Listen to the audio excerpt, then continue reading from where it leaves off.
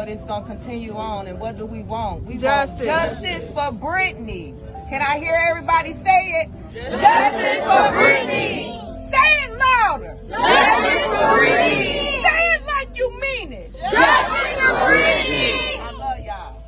You too, baby. We gonna get it. Say it again, man. Is it a picture? No, it's not a picture while you standing there. Brittany, did you bring any grease? What the fuck am I putting some grease on my weed for? That one day I missed, and this will happen. But I don't know.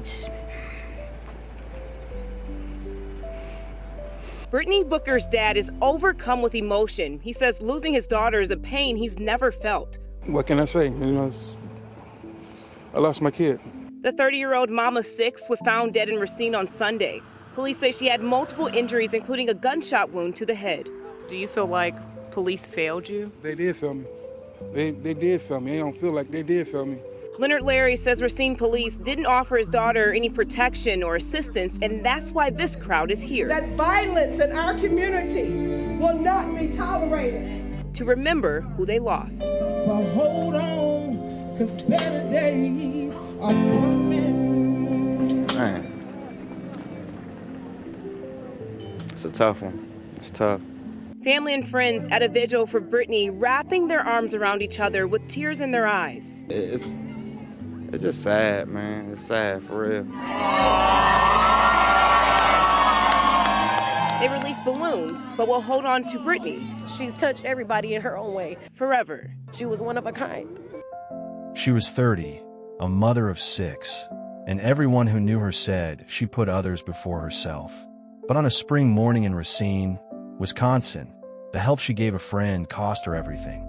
This story is about missed warnings, a system that failed, and a community left asking how a woman who fought so hard to protect others could be left so alone. On April 24th, 2022, Brittany Booker was found dead in her car at 13th and Villa. Remembered as warm, protective, and tireless, Brittany had spent months living in fear after surviving a brutal hammer attack in February connected to the same man later charged with her murder. In April, the violence returned mercilessly. Brittany suffered multiple injuries and a fatal gunshot wound, leaving her 6 children, the youngest just 2, without a mother. The suspect, Terry Jackson, was already wanted for the February attack. Following Brittany's death, he became a multi-state fugitive. A reward was offered, and community vigils were held, but the search ended only when Jackson was captured in Chicago on May 22, 2022. Prosecutors later filed dozens of charges, including first-degree intentional homicide. This episode explores Brittany's life, the failures that left her vulnerable, the investigation that followed, and the community and courtroom responses. At the heart of it are 6 children who lost their mother, and a woman whose story forces us to ask, when someone calls for help, who answers? And what happens when protection becomes a promise the system cannot keep? You are on True Crime Diaries, a place where we uncover shocking cases, unsolved mysteries, and real-life crimes. From headlines to hidden details, we break it all down so you know what really happened. Hit subscribe and turn on notifications to be first to know when a new case drops. These are real people, real tragedies, and lessons we can't ignore. Share this video, it could save a life. Let's dive in. Brittany Booker was a 30-year-old woman living in Racine, Wisconsin, a devoted mother of 6 children, including a toddler just 2 years old at the time of her death. Her family remembers her as caring, selfless, someone who always stepped up to help others. She was much more than just a mom. Her relatives describe her as deeply loyal. Whether it was her own children, her siblings, or friends, Brittany gave her time, energy, and love freely. Her father, Leonard Larry Booker, said she was a daddy's girl. Her bond with him was strong and meaningful. Her role in the community may not have been high profile, but to those who knew her, she was a pillar. When people needed help, Brittany was there. According to her family and local reporting, She intervened when a close friend was trapped in an abusive relationship. That act of kindness is central to how many remember her. She tried to shield her friend, even when it put her own safety at risk. Life for Brittany wasn't easy, but she carried it with strength. Raising 6 children is no small task, especially as a single parent managing day-to-day life, while still holding on to her role as a protector and comforter. Her youngest child was only 2. Several of her children depended on her for everything. On the evening of February 27, 2022, a deeply disturbing incident unfolded that would mark the beginning of a horror for Brittany Booker. According to police records and witness testimony, her friend, who had been in an abusive relationship with a man named Terry Lee Jackson, fled into a local bar, George's Tavern, covered in blood. Inside the tavern, the mood shifted instantly. As patrons tried to make sense of what was happening, Jackson's alleged violence became clear. Brittany, who had come with her friend to retrieve belongings, was also badly injured. Witnesses said she was bleeding heavily from her head, barely conscious, and clearly in distress. According to the criminal complaint, Brittany and her friend had gone to the friend's apartment, the same home Jackson shared, to collect personal items. They believed Jackson was not at home and that it would be safe. Instead, Jackson allegedly came back through a back door, wielding a hammer. In that moment, panic took over. Brittany, who was holding her 2-year-old daughter, scrambled for safety. She grabbed a kitchen knife, desperately tried to call 911, but her phone would not cooperate correctly. Meanwhile, Jackson struck her in the head many times with a hammer. She managed to break free and ran out of the house to her neighbor's porch. But Jackson followed, and witnesses say he threatened her, shouting that he was going to kill her. Finally, she crashed into George's Tavern, where people locked the doors behind her and rushed to help. When first responders arrived, they found her severely wounded. She was in and out of consciousness. According to witnesses, doctors treated her for several head injuries. She needed staples to close multiple wounds. Her friend also suffered deep lacerations. According to authorities, Jackson's behavior before and during that attack was volatile and terrifying. The complaint says that just a week earlier, on February 20th, he had assaulted his then-girlfriend in a separate incident. That day, she drove to Illinois to pick him up for a court date, but during the drive, Jackson allegedly attacked her, grabbing her throat, forcing her phone away, even threatening her with a box cutter. He told her that if she spoke out, he would slice her one side to the next. Miraculously, both women survived, but the emotional and physical scars from that night ran deep. Brittany's injuries were not just medical. She had also witnessed a terrifying and uncontrolled rage, one that left her deeply fearful for her life and the safety of her children. Many domestic violence survivors tell us that it's not always the first incident that kills, but the system's failure to act on the warning signs. Brittany's February ordeal was a red flag, but the question remains, were enough steps taken afterward to protect her? After the attack, Jackson did not just fade away. He became a fugitive, a man with multiple serious charges and growing danger. Authorities issued warrants, but as police worked to build their case, Brittany returned to her life, grappling with trauma, fear, and daily responsibilities, all while knowing her attacker was still out there. In the weeks after the brutal February hammer attack, Brittany Booker tried to navigate a dangerous reality, still caring for her family, still wounded, still under threat. But as she fought to rebuild a sense of normalcy, the danger she had faced earlier wasn't fading. It was getting worse. Shortly after the February incident, according to investigators, Jackson did not stay in one place. He moved around frequently, making himself hard to track. Law enforcement said he was evading capture, slipping in and out of different locations, even as the danger he posed became clearer. As the days passed, the pressure mounted. Racine police publicly declared Jackson as armed and dangerous, urging anyone who knew his whereabouts to come forward.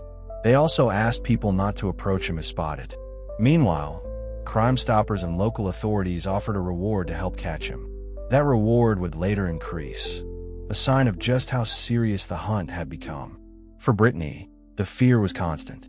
She had survived a near-fatal attack in February, but now that same man was still free and possibly closing in. Reports suggest she was in regular contact with investigators, but how much protection she received is unclear. Some close to her worried she was vulnerable. Her family members later said she didn't have the kind of protective support they believed she needed. On the morning of April 24, 2022, Racine police responded to the 1300 block of Villa Street after a disturbing call. Officers were told that a mother of 6 was missing, and when they arrived, they found her body in her own car. What followed was a chilling investigation, a nationwide manhunt, and a race for justice. When police entered Brittany's home that morning, they discovered alarming signs of violence. According to the criminal complaint, there was blood on a towel, blood on her bed, and even blood on her child's nightgown. The scene suggested something had turned deadly inside her house. Investigators also retrieved GPS data from Brittany's phone. That data became essential. It helped them piece together her final movements, including the route she drove in the hours before she was found. Meanwhile, doorbell camera footage from her home captured a terrifying moment. Jackson was seen escorting her out of her house around 5:30 a.m. He told her to go, and shortly after, she got into her vehicle. At the site where her car was recovered, at 13th and Villa, forensics teams found a spent bullet casing. An autopsy later confirmed she died from a gunshot wound to the head, along with multiple blunt force injuries. As soon as Brittany's death was confirmed, authorities declared Terry Lee Jackson a suspect. According to police, Jackson was believed to be armed and dangerous. They warned the public not to try to approach him if spotted. Racine police enlisted help from the U.S. Marshals, launching a fugitive investigation that extended beyond Wisconsin. According to Fox 6, Jackson's flight route spanned 5 states: Wisconsin, Illinois, Indiana, Texas, and Arizona. To bring Jackson in, community leaders and law enforcement turned to the public. Authorities released multiple photos of Jackson, captured in different clothing and locations, to increase awareness. Crime Stoppers of Racine County also raised the reward for information leading to his arrest. First $2,000, then bumped to $5,000, thanks to a private donor. Investigators didn't just focus on Jackson. They also turned their attention to 3 women suspected of helping him evade capture. We are digging deeper into the homicide of a Racine mother of 6 killed over the weekend. The alleged shooter, Terry Jackson, is still on the run. Fox 6's Gabrielle Mays joins us live from Racine to explain details of this case. And Gabby, law enforcement have been looking for Jackson since Sunday. Yeah, Mary, they have. And I'm going to be honest with you, this case can be a little bit confusing because it involves a lot of people. Some of these people are related. Some of these people are just friends.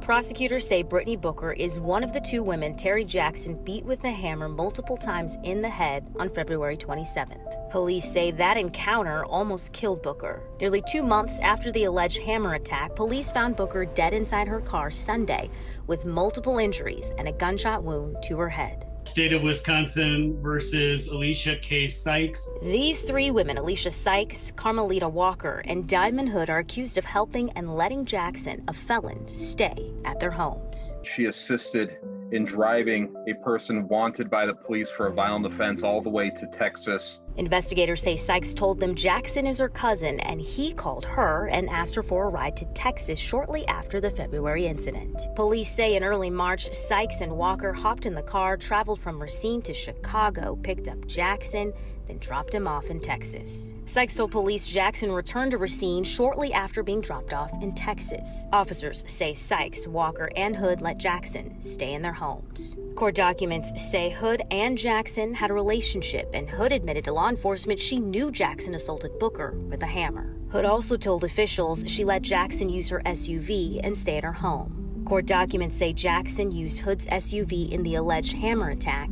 and murder of Booker. Carmelita Walker and Alicia Sykes were both charged with harboring or aiding a felon.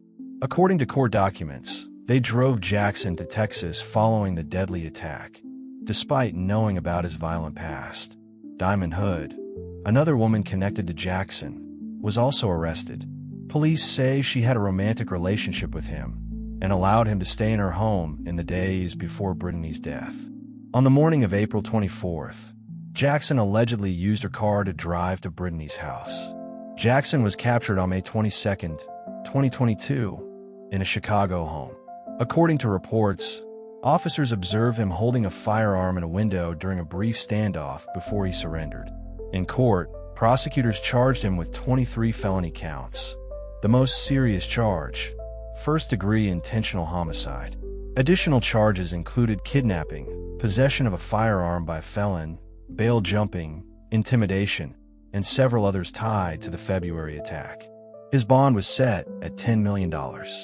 Law enforcement said Jackson was notoriously difficult to track. He kept moving, hiding from authorities, changing his location frequently. Racine police defended their strategy, saying they opted not to alert the public earlier because they feared it could endanger more people. Meanwhile, the arrests of the three women raised profound questions about loyalty, fear, and complicity. According to the criminal complaint, one of them was well aware of Jackson's history, including that he had attacked Brittany and another woman in February, yet still harbored him. The scale of the manhunt and the community's grief combined into an intense public outcry. Local residents and Brittany's loved ones continue to call for justice, citing both her death and what they perceived as institutional failure. As Jackson sat in jail awaiting trial, the world around Brittany's family kept turning. But for them, nothing would ever be the same. When news of Brittany Booker's death spread, the Racine community responded with grief, anger, and a call for justice. Her loss became a rallying point, not just for her family, but for local leaders and community groups who saw her story as part of a larger crisis. On April 27, 2022, just 3 days after her death, dozens of people gathered for a Stop the Violence prayer vigil at Tyler Domer Community Center in Racine. The event was organized by Voices of Black Mothers United, a group that advocates for families affected by gun violence. Speakers included Brittany's mother and her brother, and community leaders like Sylvia Bennett Stone, national director of the organization, who urged people, if you know something, say something. Give this family closure. Come forward. At the end of the vigil, participants released hundreds of balloons shaped like hearts, stars, and the letter B, honoring Brittany and symbolizing remembrance and hope. Kelly Scroggins Powell, who helped lead the vigil, delivered a strong message on behalf of Brittany's family. She said that the community must go beyond ceremonies. She's not coming to another vigil until she sees us do something differently.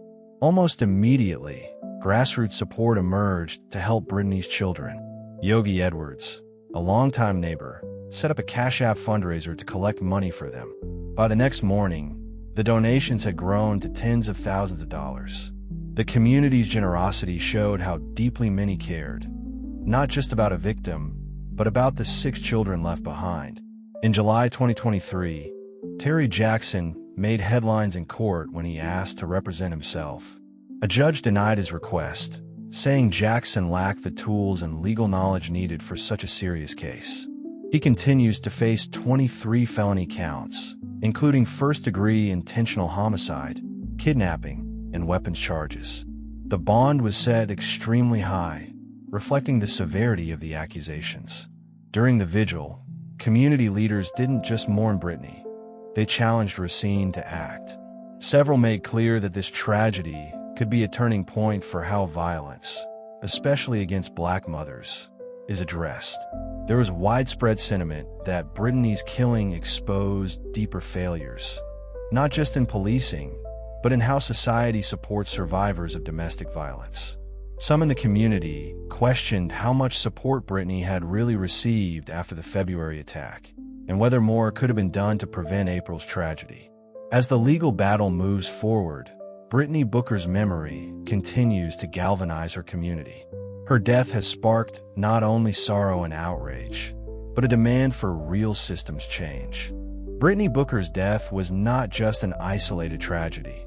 It reflects deeper, systemic challenges around domestic violence, legal protection, and how communities and institutions respond to survivors. Her story forces us to confront painful questions about what protection really means and why that promise so often falls short. In many states, including Wisconsin, where Brittany lived, legal tools are supposed to offer survivors a lifeline. One key tool is the domestic abuse injunction, a form of restraining order that can legally force an abuser to stay away. But obtaining one can be difficult, especially for low-income survivors or people without legal representation. Advocacy groups point out that while courts can issue these injunctions for up to 10 years in severe cases, some judges grant far shorter orders than survivors request. The consequences can be deadly. Without strong, enforceable protection, survivors remain at risk. Because many survivors can't afford private lawyers, specialized clinics and nonprofits play a critical role. In Wisconsin, for example, the Restraining Order and Survivor Advocacy, ROSA, clinic at the University of Wisconsin Law School offers free legal help. Law students, under supervision, assist survivors with filing petitions, preparing for court hearings, and directly representing them in injunction hearings. Advocacy groups like End Domestic Abuse Wisconsin also provide vital support. Their legal services team helps survivors navigate complex court processes, understand their rights, and access necessary protections. Yet, even with these services, the demand often outpaces capacity. As a legal services report found, many low-income survivors struggle to get legal support when they need it most. In Wisconsin, the law requires officers to make an arrest in certain domestic violence situations, such as when there is physical injury or threat. On paper, this sounds protective, but in practice, the system can still fail survivors. Even when arrests happen, abusers may reoffend, evade court orders, or exploit loopholes. Legal experts argue that arresting the predominant aggressor is not a cure-all. Deeper interventions are required. Firearms dramatically raise the risk of lethal violence and intimate partner abuse.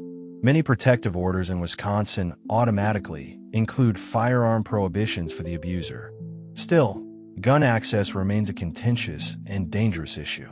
Domestic violence advocates warn that when abusers can retain or regain access to guns, even under legal scrutiny, the threat to survivors increases exponentially. Court challenges. Legal proceedings can be overwhelming. Survivors may have to navigate complex paperwork, court hearings, and high-stakes confrontations, often without a lawyer. Resource gaps. Nonprofit services often lack the funding to meet all the needs. According to a Justice Gap report, many legal services providers in Wisconsin don't have enough staff or funding to serve all survivors seeking restraining orders. Judicial discretion. Some judges reportedly downplay the risk of future violence. A recent report found that judges sometimes issue restraining orders for shorter durations than survivors ask, even when laws allow longer protection. Brittany's murder underscores how fragile protections can be, especially for those who have already been harmed. Her February attack should have triggered safeguards, and yet, when April came, she was still dangerously exposed. Her story is a wake-up call. Legal tools are not enough if they are not enforced, resourced, and backed by real accountability. For many advocates, her death demands more than remembrance.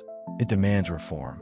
Strengthening legal support, expanding access to legal clinics like the Rosa Clinic, pro bono legal services, and survivors advocates can help more people secure injunctions when they need them. Judicial reform. Advocates argue for stronger guidelines on how restraining orders are issued to reduce underprotection and ensure survivors' requests are taken seriously. Gun safety measures. Policymakers and courts could tighten restrictions on firearm access for those under domestic abuse orders, reinforcing enforcement and closing loopholes. Public awareness and training. Educating law enforcement, judges, and communities about the dynamics of intimate partner violence helps change how courts and systems respond.